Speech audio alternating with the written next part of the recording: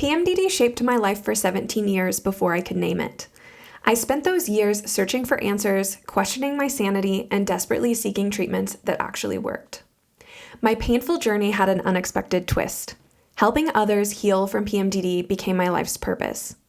Hi, I'm Jess, a board-certified nutritional therapist, coach, the founder of Her Mood Mentor, and your host. This is PMDD Pep Talk, a weekly reminder that your suffering is real, your experience is valid, and your future is brighter than your symptoms suggest. Each week, we're going to explore the truths about PMDD that nobody talks about. The kind of truths that shift something deep inside you and make you think, maybe there's more possible than I imagined. Whether you're in the depths of luteal darkness or riding the clarity of your follicular phase, you're exactly where you need to be. Because here's what I know for sure. Healing PMDD isn't just about managing symptoms, it's about transforming your life. This challenge, as brutal as it can be, is an invitation to know yourself more deeply and live a more joyful, purpose-filled life. PMDD might feel like your whole story, but it's just a chapter, and you get to write what comes next.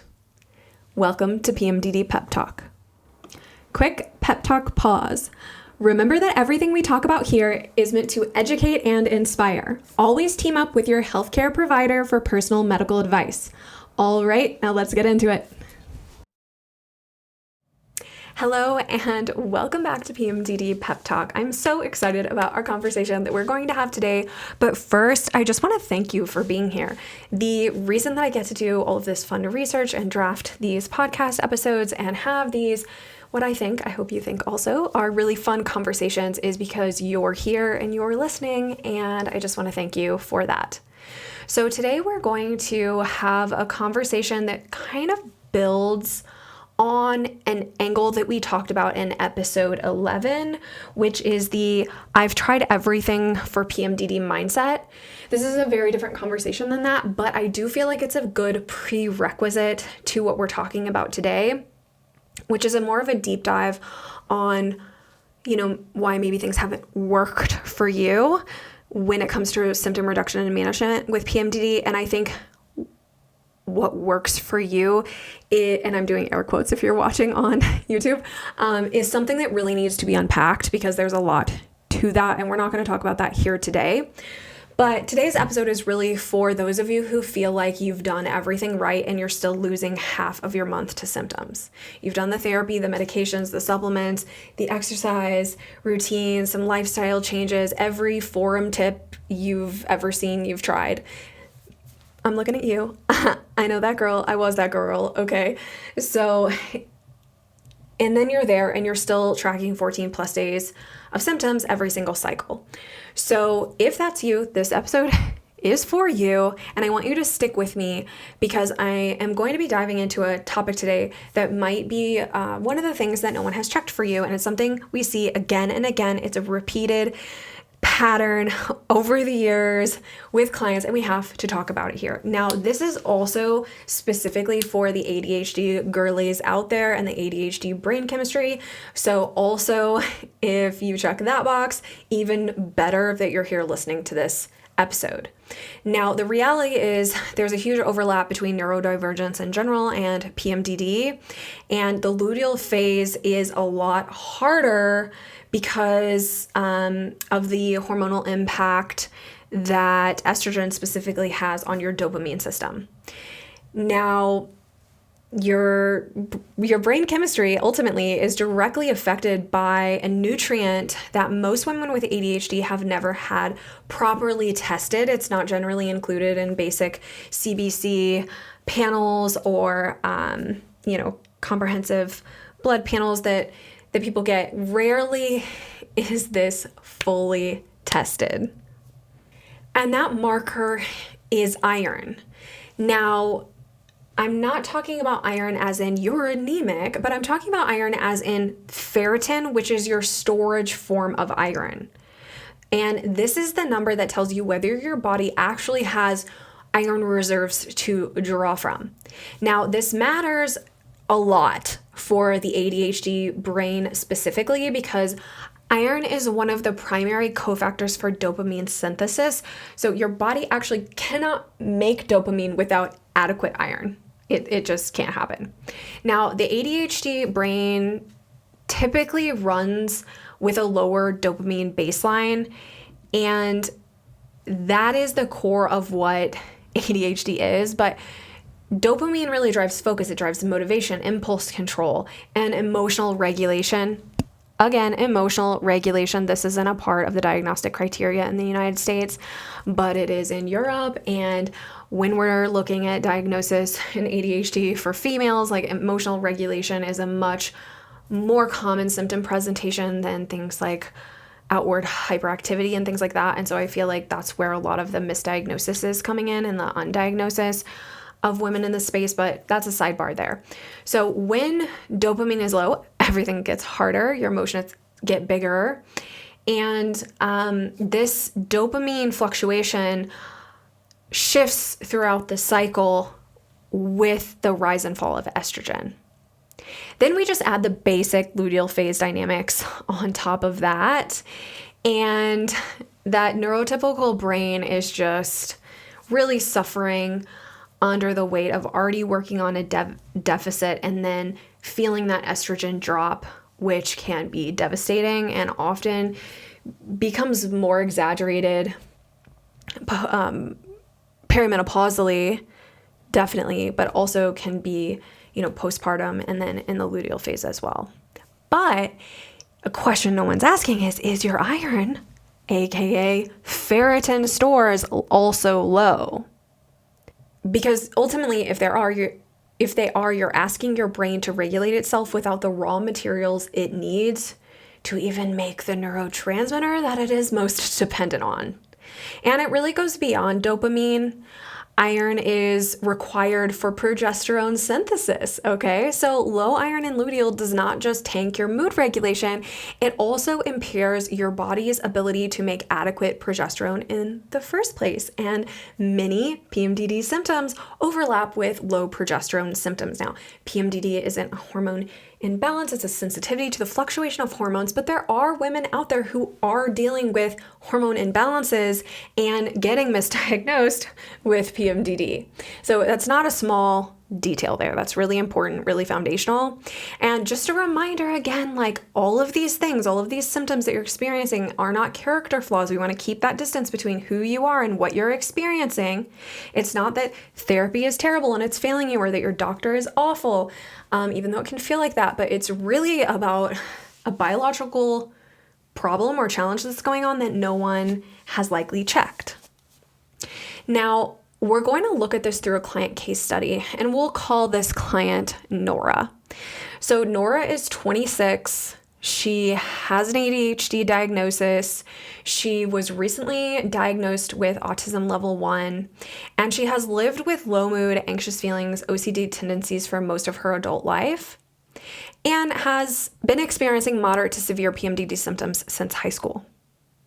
She's also one of the most resourceful women I have worked with. By the time she found her mood mentor, she was already doing CBT specifically targeted at her luteal phase. She was on medication and had tried various medications for ADHD. She had tried medications for low mood and anxiety. She had cycled through multiple psychiatric medications, whether it be for ADHD or the mood symptoms. She had even tried antihistamines, right? Because someone on a forum said it might help. And she tried adaptogens. She tried various supplements. She had tried working with different exercise routines. So we want to pause on something here. Many ADHD medications, particularly stimulants, suppress appetite, and suppressed appetite means less food. Less food means less dietary iron, less protein, less everything in her body, less of everything her body already needed or was running low on. And the medication prescribed to help her function may have quietly been contributing to the very nutrient depletion that was making her symptoms worse. We see this commonly, and it's just something to be aware of. It's not an argument against medication, but we do really need to look at the full picture when someone is taking a medication, how that overlaps with their nutrient needs, how that overlaps with symptom presentation, and what symptoms, side effect symptoms overlap with PMDD symptoms. Like, there's a lot. We run full contraindication reports for all of our clients that come in, looking at, side effect symptoms, different nutrients and medications or supplements that they can't be mixing together, deep dive, right? We have to piece it all together. We need all of the information to best support the client. So caveat that was going on. Now, she was still tracking 14 plus days of symptoms every single cycle, even with everything that she had tried. Rage, panic, and irritability that just set her life on fire. Relentless rumination, relationship meltdowns, breast tenderness, cramps, low mood that was so heavy that she felt like she couldn't recognize herself. Fatigue, cravings, bloating were all there. And a complete loss of interest in her life, really, for nearly half of every month.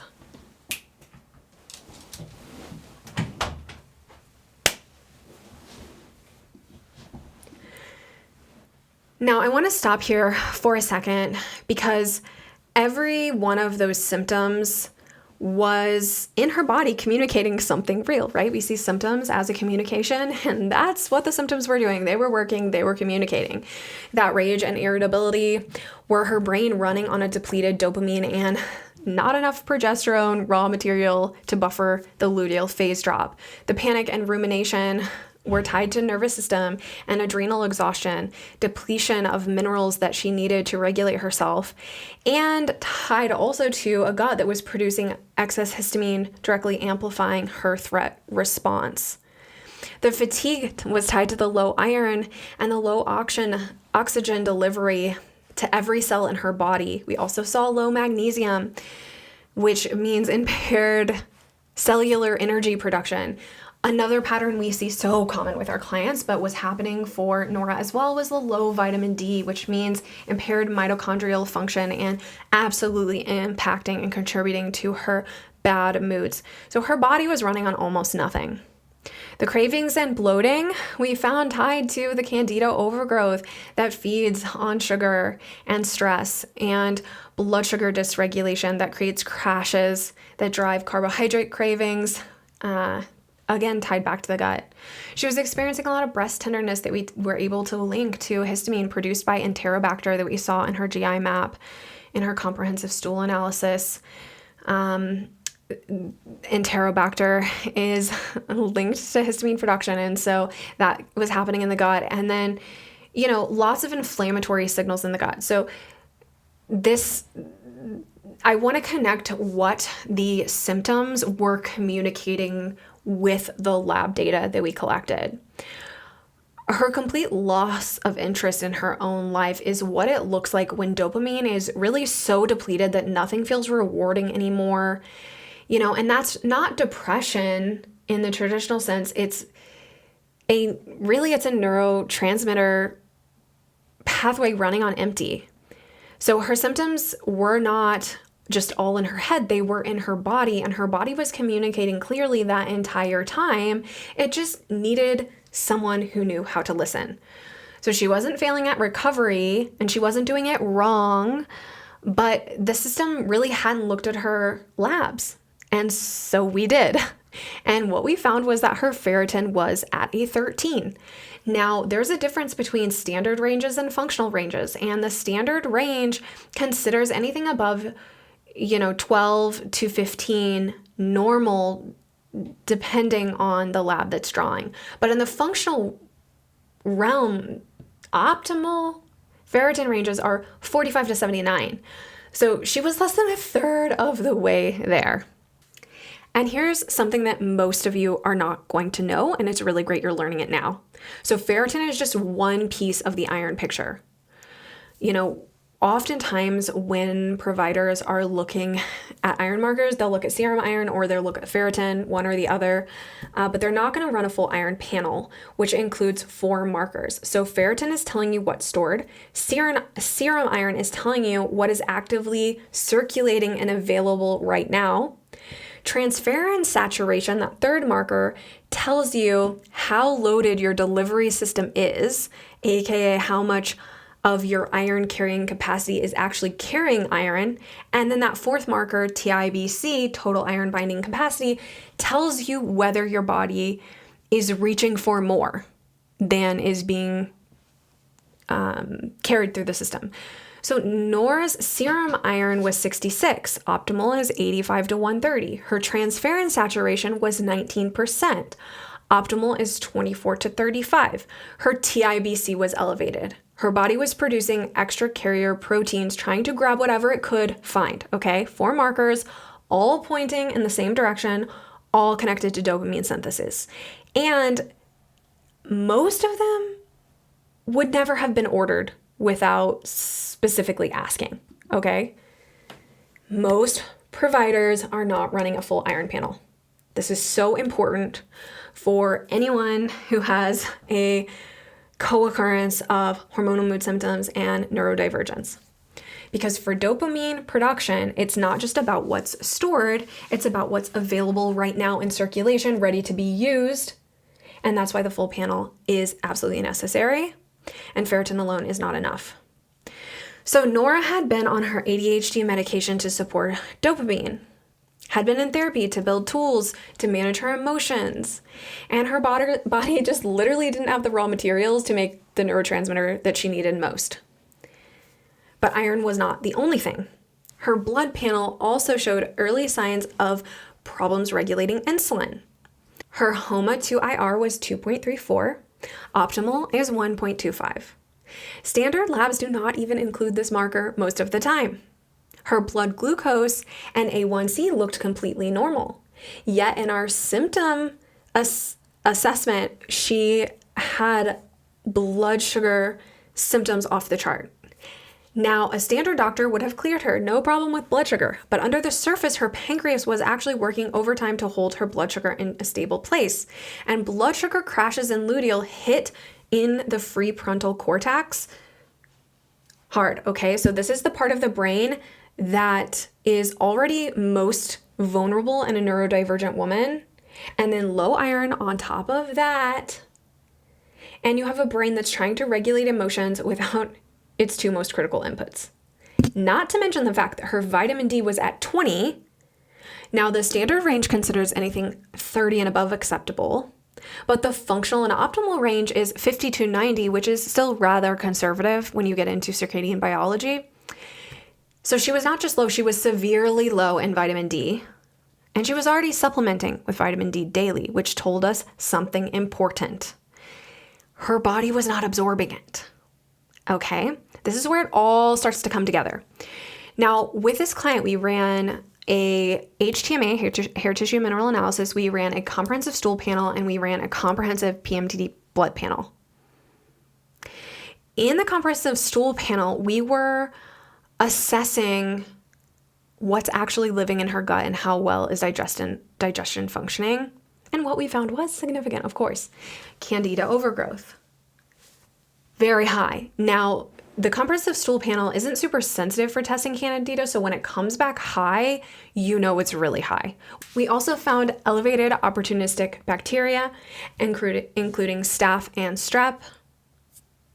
We also found pathogenic overgrowth of a pathogen that produces hydrogen sulfide and damages the gut lining. We also found Enterobacter overgrowth, which produces histamine. We also saw H. pylori present and low levels of Akkermansia, which is really, really important when it comes to the digestive lining. Her elastase 1, which measures pancreatic enzyme output, was also moderately low. So in plain language, her gut was not absorbing nutrients properly, and we were starting to see a picture of why. The yeast and bacterial overgrowth had compromised her gut lining, and that lining, when it's compromised, even when eating a great diet and taking a solid supplement protocol, is not going to be able to absorb and compensate for the nutrient loss. Nutrients are going to pass through instead of being absorbed. So this is why her iron was low despite eating foods that had iron in them, okay? It was why her vitamin D was critically low, even though she was supplementing with vitamin D. It's why her magnesium was suboptimal, despite being on a quality supplement that contained magnesium. But here is the mechanism that most people never talk about, never hear of. So your body makes a hormone called hepcidin. Now, its main job is to regulate how much iron gets absorbed into your gut.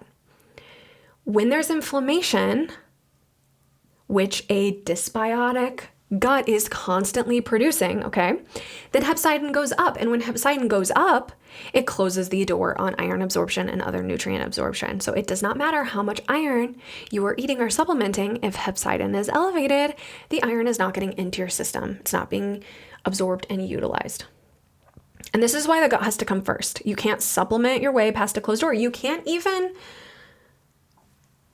healthy eat your way past that closed door of hepcidin elevation or gut, dysbiosis ultimately. So the inputs were there, but the absorption was not. Now, here is where the PMDD connection is happening that I really want you to sit with. Your gut is where you clear estrogen. The bacterial community in your gut, called the estrobolome, packages used estrogen and moves it out of your body. But when your gut is dysbiotic, that clearance breaks down. Estrogen recirculates, okay? And in the luteal phase, when your hormones are already shifting, recirculating estrogen that was supposed to be cleared out can add fuel to the fire, okay? We have to poop daily. We have to have healthy bile flow. We have to clear estrogen that's ready to be broken down and not have it absorbed back into the system as a free radical. We do not want that. That is making all of your symptoms worse. Also, if you have enterobacter overgrowth, it produces histamine, and histamine naturally rises in the luteal phase. A gut-producing histamine on top of everything else we've already talked about is going to amplify anxiety. It's going to amplify mood swings. It's going to amplify breast tenderness, bloating. So Neuro was working hard in the CBT realm on her anxiety, but her gut was producing compounds that were making the anxiety physiologically harder to manage. That's not a therapy failure. It's not, but it is a serious biological problem. We also ran her hair tissue mineral analysis, which shows how minerals are behaving inside of the cell rather than just circulating in the blood, although we also do test minerals in blood. But in her HTMA, her tissue sodium and potassium were critically low. This is really, really key for stress management and is associated with adrenal exhaustion. Her cobalt was essentially absent, and cobalt is core to B12 absorption and status in the body. Now, her zinc was present in the tissue, but it's not getting into the cells, right? We tested zinc in blood. We also looked at it in the hair tissue mineral analysis. So there's a unavailability pattern that was showing up for her that again points back to the gut. And this is where the mineral picture starts to get really important. I'm such a mineral nerd for PMDD, and you never hear anyone talk about it. And it's like, can I scream this from the rooftops ladder? Because get on board, ladies. Minerals do not operate in isolation. They exist in a web of relationships. It's so fantastic. Some are synergistic. They support each other. Some are antagonistic. They compete with each other. It's like sibling rivalry or sibling, positive sibling relationships happening with minerals is another way I like to think of it simply. But when one is off, it's going to pull off the others. Now, iron and zinc compete for the same absorption pathway in the gut.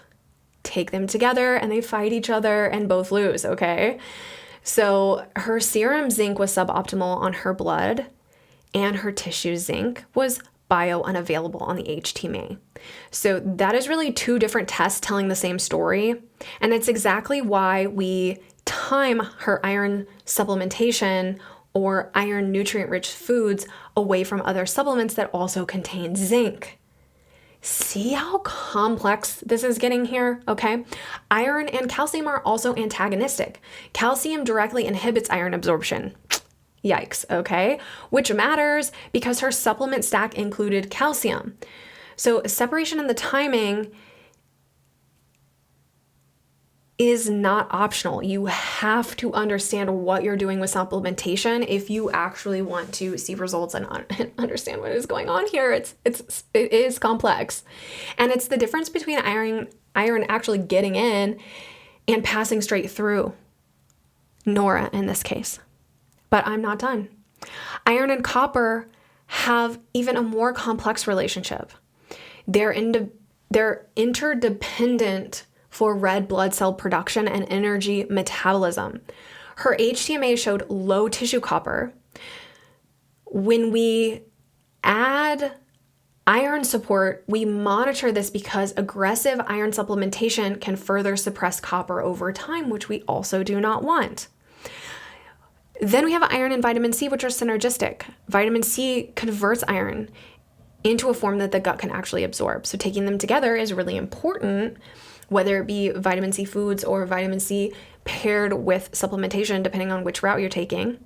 But it's why we always want to pair iron with vitamin C.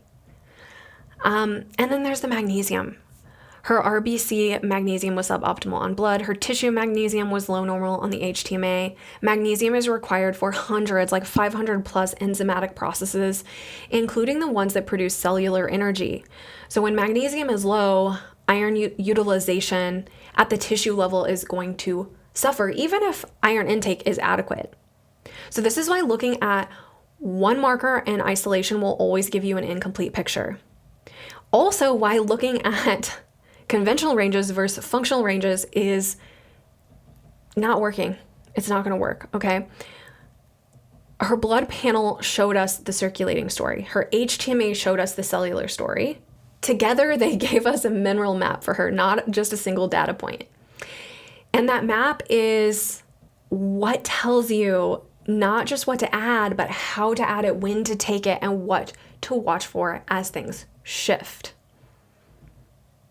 So research supports this picture. In 2026, review published in Frontiers in Psychiatry found evidence linking iron suboptimal levels to low mood and impaired emotional regulation, with absorption challenges as a key factor in why iron levels stay low even when women are eating enough iron-rich foods. And a 2026 MDPI review on iron across neurodevelopmental conditions, including ADHD and autism, found that neuroimaging consistently showed reduced brain iron in dopaminergic regions of the brain, with targeted support showing improvement in behavioral and emotional outcomes, okay? Sorry, I'm getting hyped up about this, but it's just so fascinating and so exciting to continually recognize that your symptoms are not evil, that your symptoms are communicating deep, complex messages about what's happening in your body, what it needs, and where to go from there. So I want to say something about why we ran 3 different lab tests, specialized lab tests for Nora, because it is important that you understand what that means and what that looks like. So a standard blood panel alone would have told us some of this, the iron markers, the insulin challenges that were going on, the vitamin D status. That's already more than most providers check. But it would not have told us why her vitamin D was low on supplementation. It would not have told us about the candida. It would not have told us about the histamine-producing bacteria, or the compromised gut lining, or the pancreatic enzyme insufficiency driving her absorption problems. And it would not have told us what was happening to her minerals at the cellular level over time. The GI map really brought us to the root of why absorption was failing, why estrogen clearance was compromised, why histamine was elevated. And without that piece, we really would have been chasing downstream symptoms without upstream solutions.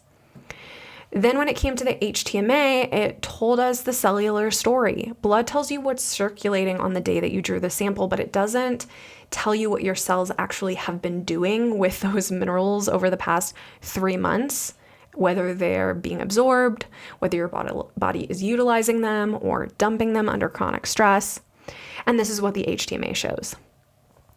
This is really the difference between knowing what is in your bloodstream and knowing what is happening inside of your tissues and cells. The adrenal exhaustion pattern that we saw for her, the mineral bio-unavailability that we saw for her, the absent cobalt, none of that shows up on a blood panel. And the reality is, like, you would really never know to look at those things if you weren't deep into the PMDD symptom reduction and management rabbit hole that we are here at Her Mood Mentor. Each test answered a different question. Each test revealed something that the others could not. And it was only when we looked at the three of them together that Nora's picture became fully clear. And this is why specialized testing matters so much. Not because more tests are always better. That's not the case. We don't run 3 tests for every client. We run 2, but we add on additional when we need to see the fuller picture, when we suspect something is missing. But because of the right tests interpreted together by someone who understands how they speak to each other, it really gave Nora a map that none of those single tests ever could. It gave us as the practitioner and my team a map that the single test wouldn't do. And a standard blood panel, again, wouldn't have covered some of these markers, and it's just a snapshot of what is circulating. A GI map is a window into the co-system that drives absorption, inflammation, and hormone clearance. The HTMA is a record of what your cells actually have been doing with the minerals over time. Together, they really all 3 show separate pieces of information. And they're one story told from 3 different angles. And for a woman experiencing PMDD and ADHD like Nora, who had been told that her labs are normal for years, this is really the first time anyone has actually seen her story for what it is and was able to validate what was happening, how things were connected, what she was going through, and help her find a way forward. So where is Nora now? She's nearing the end of our PMDD rehab program, and she is doing much better. We put her on a targeted protocol to address the candida, the bacterial overgrowth. We've been working to increase her vitamin D significantly with cofactors to support absorption. We also are targeting the iron status, primarily first through her gut pathways so that she can absorb it more readily. And we're timing that carefully from the other supplements so those minerals are not competing. We're also supporting her methylation pathways and working on blood sugar stability and rebuilding and remineralizing her mineral stores. She's still working with her therapist. She's still taking her medications. We're not replacing any of that, but we're working on a root level that was really missing. And her symptomatic days are drastically coming down. Her luteal phase is not what it was. She told me recently, I finally feel like my body is on my team, and that is the goal in the work that we do. So before I get to the takeaway from this episode, I have a quick favor for you. If this episode is resonating with you, I would love it if you took 2 seconds to support the show. If you're watching on YouTube, hit the like button and subscribe so you never miss an episode. It genuinely helps more women find this content. And if you are listening on Apple Podcasts or Spotify, wherever you tune in, please take a moment to leave a rating and review. It takes less than a minute, and it makes a huge difference in getting this information in front of the women who need it most. So to get to the takeaway of this episode, if you're doing all of the things, the therapy, the medication, the supplements, the things that you see on the PMDD forums, and you're still suffering, please hear what is being shared in this episode. It doesn't mean that something's fundamentally flawed with you. It doesn't mean that nothing will ever quote unquote work. It means that something has been missed, something at a root level that none of your practitioners or providers have looked at yet. Your mood is really downstream of your biology.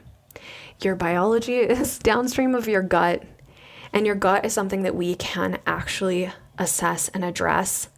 I know this episode was a little more clinical, a little more complex, but it's necessary to have episodes like this so you really see the complexity of what plays into PMDD symptoms. So what I want you to take away from this episode is that if you experience ADHD and PMDD symptoms and never have had a full iron panel, that is a really key place to start. Go to your practitioner, go to your provider, and ask for a full iron panel that includes ferritin, serum iron, TIBC, and transferrin saturation. All 4 of the markers, not just ferritin, not just serum iron. And when you get your results, ask for the actual numbers. Ask to have those printed out and look at those numbers against the optimal or functional range, not just the conventional range. Because a ferritin of 14 is clinically in the standard range for conventional metrics, but functionally it's critically low. And remember the important impact that iron status has on your dopamine status, right? Especially if you're in the neurodivergent category. And a bigger point that I want to make is standard ranges are built to identify disease. They're not built to identify optimal functioning. And a provider working with conventional ranges is asking different questions than a practitioner who's using functional ranges. So a conventional practitioner who's using conventional ranges is there to diagnose and treat. A functional practitioner who's using optimal ranges is there to help you optimize your health, to reduce and better manage symptoms, right? We're not diagnosing and treating at Her Mood Mentor. Now, one of these isn't necessarily better than the other, but they're asking and answering different questions.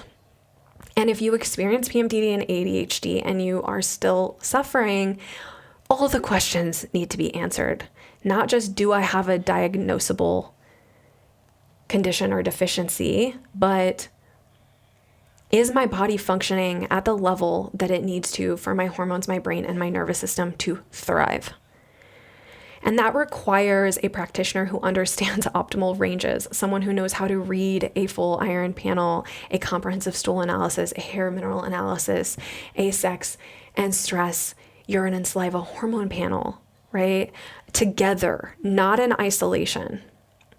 It requires someone who understands the complexity of hormonal mood conditions and knows what they're looking for and what to do with it when they find it. So that's the difference between being told that your labs are normal and actually getting better. And you really need someone like that in your corner who will help you look at the full picture. So if you want to know what that looks like at Her Mood Mentor, the link to get started is in the show notes. You can schedule an introductory session and we will run your symptom assessment. Then we provide specialized lab testing for our one-to-one clients. And we build protocols based on your specific picture, your goals, your life history, your nervous system state. We don't use a template. We personalize the program to you. So thanks again for listening to PMDD Pep Talk. Thanks again for letting me have these conversations with you. And find us on Instagram at Her Mood Mentor. Come say hi. I would love to chat with you. But until then, I will see you next time.